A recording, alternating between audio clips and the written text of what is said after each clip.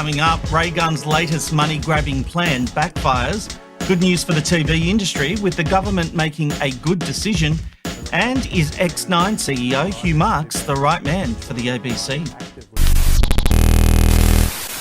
Hello, I'm Rob McKnight and welcome to the Thursday edition of Inside Media. Now, I know you're probably sick to death of me talking about Raygun. My daughter just had a go at me, but I can't let this latest twist go as it has infuriated me. On Monday, I reported Rachel Gunn posted a video in response to the backlash she had received after forcing the closure of Raygun the musical. The Olympic athlete had sent legal threats to the venue where the performance by comedian Steph Broadbridge was set to take place. The show was cancelled just hours before its premiere in Sydney. This has also never been about the money.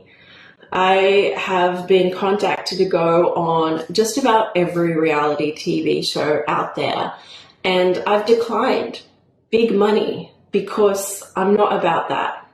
Oh, really, Raygun? So why are your lawyers demanding $10,000 from promoter Anthony Skinner to cover legal fees? The SMH reports Skinner offered $500, which the law firm has completely rejected. Now, look, as someone who has had legal representation, I can tell you $10,000 is an extraordinary amount of money to cover the costs of sending a legal threat. But Raygun insists. This has also never been about the money. Yeah, right. Based on her claims, I expect to see her on I'm a Celebrity, Get Me Out of Here, as has been rumoured, despite her saying she has turned down big money because I'm not about that. Meanwhile, I'm pleased to see Steph Broadbridge is forging ahead with her musical. It's been retitled Breaking the Musical, a completely legal parody musical, and it'll launch February next year. You can find a link to tickets in the text version of this article on the 7 News website. Go and support her. It was good to see a sensible decision made by the federal government in regards to the licence fee commercial broadcasters pay each year. As reported on the 7 News website, the 1-year suspension of the commercial broadcast tax from June next year was confirmed in the 24-25 mid-year economic and fiscal outlook on Wednesday. A few weeks ago, 7 News boss Anthony DeSegli called on the government to scrap the tax during a speech at the Melbourne Press Club, estimating 7, 9 and 10 would pay a combined $45 million for the 25 financial year. I asked the Albanese government, how many jobs do they think that is? How many TV newsroom shifts will disappear so that we can pay it? The suspension of this fee and the decision to force tech giants like Meta and Google back to the bargaining table as part of the Media Bargaining Code will bring some much welcome relief to the industry. Okay, now it's time for Rob's Bits and Bobs. Former Nine CEO Hugh Marks has been appointed Managing Director of the ABC. Now, while the appointment makes perfect sense to me, some have criticised the unanimous decision by the ABC board due to findings of the intersection report at Nine that showed there was a toxic culture of bullying and sexual harassment at the company. The reflection for me and what I need to do better is making sure that I'm actively engaging within the depths of the organisation to understand what are the things that are getting in the way of people doing their job well and making sure that we act on those. And that's something I think I'll be a better leader of, having seen what's played out with Nine as we go forward as part of the ABC.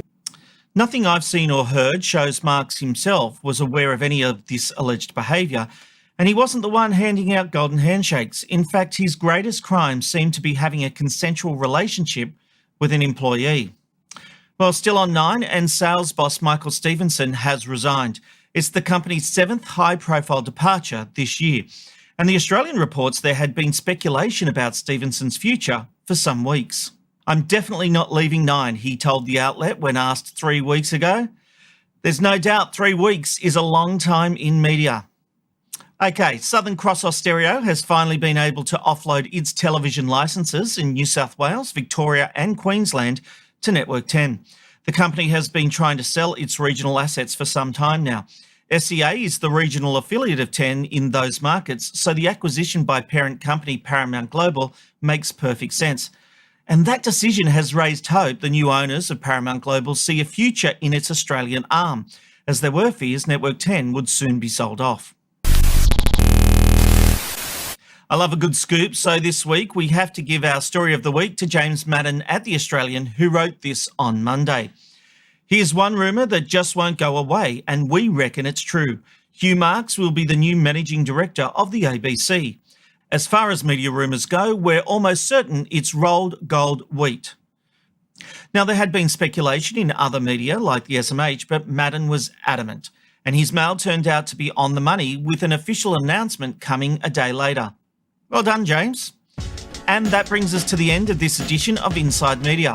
I'll be back on Monday at 7news.com.au. You can subscribe to the video podcast at the 7 News Australia YouTube page. There's a playlist with Inside Media. Everyone wants to find it, that's how you do it.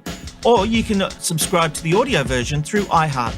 I'm Rob McKnight. I hope to see you again next week.